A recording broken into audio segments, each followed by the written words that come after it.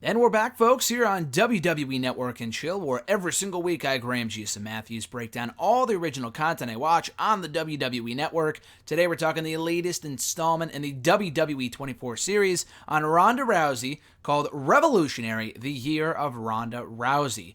This aired, I believe, after Raw on Monday night. Checked it out Tuesday. Absolutely loved it. They have never ceased to hit it out of the park with these 24 specials. I've seen close to 24 by this point. They've done quite a few since the very first one in early 2015 on WrestleMania 30, and I have yet to see a 24 special that falls below average. Like, even the average ones are great, and the amazing ones are out of this world. And this is one of the better ones I've seen. The Becky Lynch one, which I feel like did not get a lot of people talking when it first aired. I think after Money in the Bank a few weeks ago, about a month ago. Absolutely spectacular special. Check it out when you get a chance. Check out my review when you get a chance. I put that up a few weeks ago.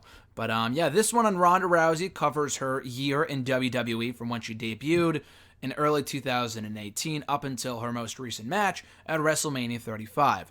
To kick off the special, we see her say that she did not think that she would be as much of a player in WWE as she ended up being. She thought she would just be another spoke in the wheel in WWE, just another women's wrestler, which is very modest of her to think, but I think we all knew when it was first rumored years ago that Ronda Rousey may be WWE bound after seeing her in the crowd at SummerSlam 2014 and then the crowd at WrestleMania 31 that she would be a game changer for this women's division.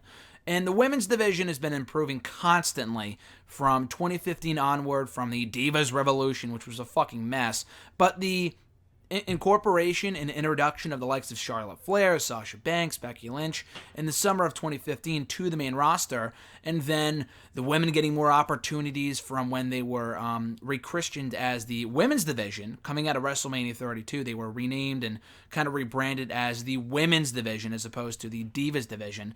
The women of WWE got it done long before Ronda Rousey arrived. The arrival of Ronda Rousey really only added to the momentum they were already building by that point. But anyway, she says that to kick off the special as well, she also says, I think it's unfair that I get to enjoy this more than anyone else, talking about her time in WWE and how much she genuinely enjoys being in the ring. She talks about becoming aware of WWE as a kid, I believe through her father, I believe is what she had mentioned here. And then while kind of starting out in MMA, she did her own pro wrestling style of promotion for every MMA fight that she did. Ronda Rousey talked a lot of shit before a lot of her fights in the UFC, but the cool thing about it was that she could always back it up. She went undefeated for years. She was virtually unstoppable through 2015 up until she lost her first fight. And of course, calling herself Rowdy Ronda Rousey, she idolized Roddy Piper. They became very close before he passed away in the summer of 2015. Dana White says, the president of UFC, of course, said that she changed the way that women look at women. Not just the way that men look at women and stuff like that, but she changed the way that women look at women, which I thought was a very cool quote. And that she changed the world within only a few years. Within 4 or 5 years of being on top in the UFC, winning championships, main eventing pay-per-views, just accumulating such great success, she changed the world not only in mixed martial arts, but just the world for women in general. She was one of the pioneers of the women's movement just in the world, in movies, sports, so on and so forth. But Ronda Rousey said for as much as she enjoyed the UFC, she called it exhausting. And it got to a point where being perfect just wasn't good enough for her.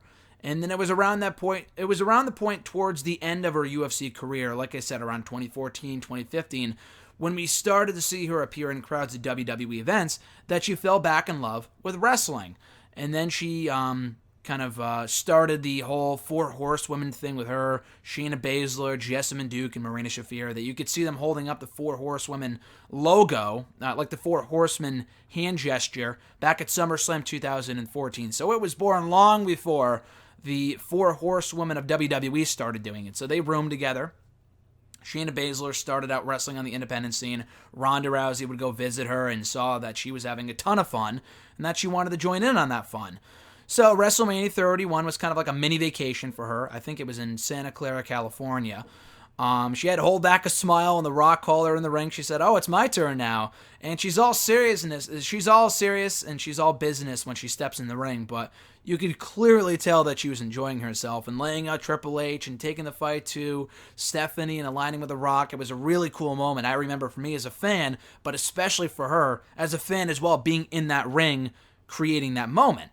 And it was around that point that Ronda started to look to create and start a new chapter in her career after stepping away from the UFC in 2016. Like I said, she lost her first fight in the tail end of 2015 and then took a year off to kind of recuperate, bounce back, get her head back into it. Had her first fight back, I think the following December of 2016, in the final few days of the year. I think it was December 30th, because I remember watching it, and then the next day I think was New Year's Eve.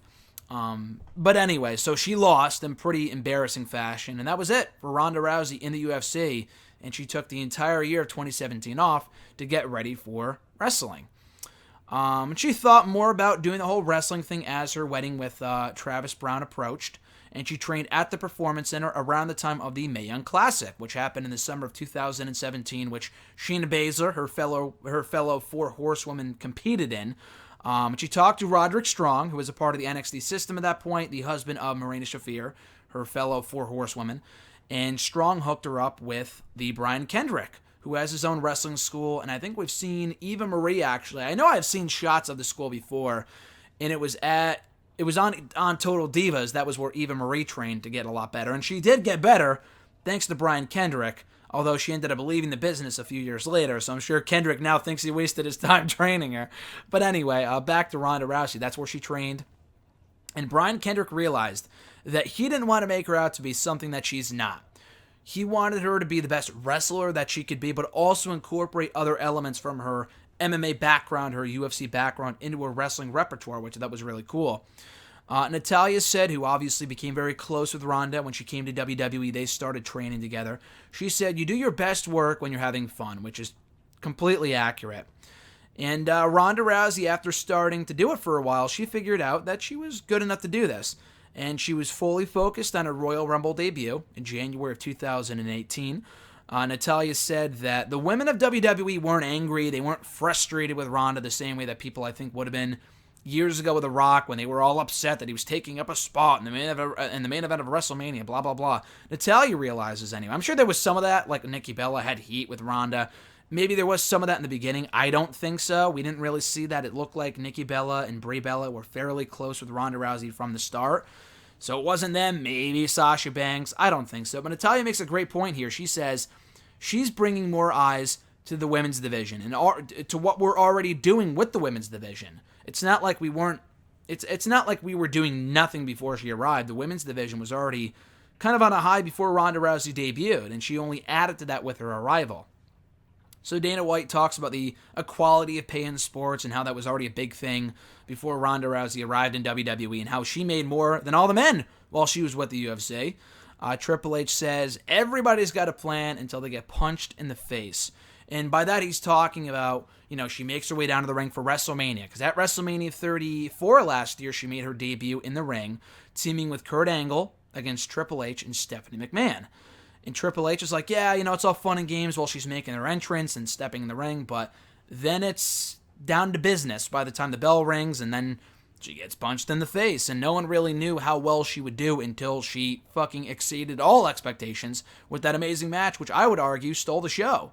Rousey said before the match even happened, she said, "I got lost in WrestleMania, like just seeing the lights and the sound and the big crowd and everything else. She just got lost in it all." And we had seen some shots of this of Ronda Rousey at Mania in the Mania 24 special that aired after the Rumble earlier this year. So I knew I had seen some of these shots before. But Shayna said, who was there at ringside for Ronda Rousey getting ready for WrestleMania, and obviously she was getting ready for her TakeOver title defense, I think that Saturday. TakeOver was on a Friday this year because of G1 Supercard. But anyway, Shayna was there while Ronda Rousey was getting ready for WrestleMania. She said that she had a genuine smile on her face, and Travis Brown, her husband, realized that too. And Vince actually told Ronda that the whole world wants to hug you when you smile. And, Ronda Rousey came out there looking like a star when she made her entrance for that WrestleMania match. And Ronda said that she did not want her nerves to overshadow her excitement for the event. Travis Brown, who was obviously front and center for that match at Mania, was very happy for his wife, called it one of the funnest days, or Ronda Rousey called it one of the funnest days of her life by the time that she got backstage after it was over. And like I had mentioned earlier, she only wanted to contribute to the work that was already being done by the women of WWE. So, as opposed to just showing up every few months like a Brock Lesnar, she became a full-time competitor, which I was surprised at. I thought she would disappear after Mania, and we wouldn't see her until SummerSlam season. But no, she wrestled at Mania, showed up the next night, and I thought, okay, that's it. But then she showed up at the Superstar Shake-Up when I was there, at Raw in Hartford the very next week, and then she became a regular on Raw from that point forward, which was easily the best thing she could have done. People were like, oh, she's being overexposed. No, I think it was necessary to have her be a focal point of that women's division coming out of WrestleMania by having her appear every single week. So she worked the house shows. Triple H praised her as a once-in-a-lifetime athlete, saying that, I had thought I had seen it all when Kurt Angle came up in the business, and I thought, he picked it up quickly. And then Ronda Rousey showed me that was nothing. She was the quickest athlete to take to this more than anyone else, and she took to it better than anyone else he had seen before. And Ronda said that her goal was to leave this business better than it was before she arrived. And she started to slowly realize what her potential was in the ring the more time went on. Competing in that great women's title match at Money in the Bank with Nia Jax, of all people, at Money in the Bank 2018, which I was there for, a great match. And Natalya is right before SummerSlam, where she was supposed to vie for the Raw Women's Championship against Alexa Bliss. Natalya, her good friend, her father, Jim the Anvil Neidhart, passed away right before the pay-per-view.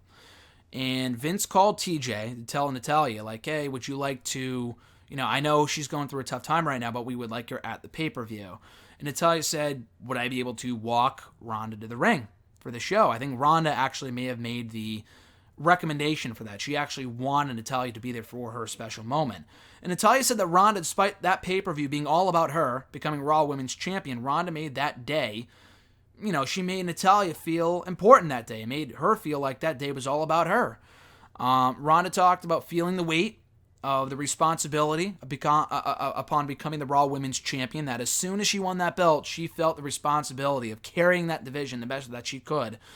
And that moment taught her that she should have more belief that everything is going to be okay, that everything happens for a reason, and that even at times when she's not so sure about herself, that everything's going to be fine. And that moment gave her that clarity. Ronda felt like that she was the shiny something that kind of got people to watch Evolution, that every pay-per-view such as that needs that little special something that gives people an incentive to tune into the show, and that she was that person, that she was that big name, that she was the headline attraction on that pay-per-view. But the rest of the show was great, too. I had zero expectations for Evolution going in. The hype was atrocious. They did nothing to hype up the event. And then when it came time for the show, they knocked it out of the park. It was one of the better, if not the best, WWE pay-per-view in 2018, in my opinion. Ronda, obviously very happy to see the event be a massive success. She was very happy to see the show succeed. And she was looking forward to her match with Becky Lynch, which was announced for a Survivor Series the very next night on Raw, after they had that backstage encounter, that face-to-face encounter backstage at Evolution the night of the pay-per-view. They had the interaction that aired on Raw the next night, setting the stage for the Raw Women's Champion versus the SmackDown Women's Champion at the Survivor Series pay-per-view. And she said, our paths were not meant to cross then, because obviously Becky got hurt mere days before the pay-per-view at the literal hands of Nia Jax. So the match was called off and Charlotte took her place. And Ronda was very excited for the match, but she also felt that her and Charlotte had always been on a course to face each other at some point or another. They had always been compared to one another as soon as Charlotte kind of rose up in the ranks in NXT as far back as 2014 when she won the NXT Women's Championship from Natalya. And ever since then, people always felt that was the ultimate dream match for Ronda Rousey in WWE, was her and Charlotte. They had no story going in, because the match was announced for the pay-per-view mere days beforehand. But they killed it. She said that was the match that she was most proud of. They went in there and they had an excellent match, an absolutely excellent match, which makes you think how much better they could do with a story behind the bout. I know they faced off at Mania this year, but that was a 3-way. I would love to see a singles rematch at some point. And she said that the Charlotte match really proved how much she was into it. That was really her, what's the right word for it? That was her, coming out party, I guess. I don't know if that's the right word to describe it, but that was really her test to see if Ronda Rousey was in it for the long haul. And she was. She proved it with that amazing performance on that pay-per-view. Stephanie said there is nothing that she can't do, talking about Ronda Rousey, of course. So Triple H talked about how Becky Lynch's star continued to rise heading into WrestleMania, and then Ronda Rousey's star was what it was, leading to this epic encounter at Mania between Becky and Ronda Rousey. And the longer they waited to give people that match, the more, the bigger it became. The more excited people got for that match, the longer they waited for it. And obviously they added in Charlotte, which was whatever, but it still ended up being a very good match. And Ronda Rousey said going in, I want this to be the greatest WrestleMania of all time. And I want that to be my goal, to steal the show and headline that show, main event the show at the event. And she had actually, in about a year earlier before this, she was doing a sit-down interview with Kurt Angle. They were taping for some sort of vignette that was airing on Raw before Mania 34.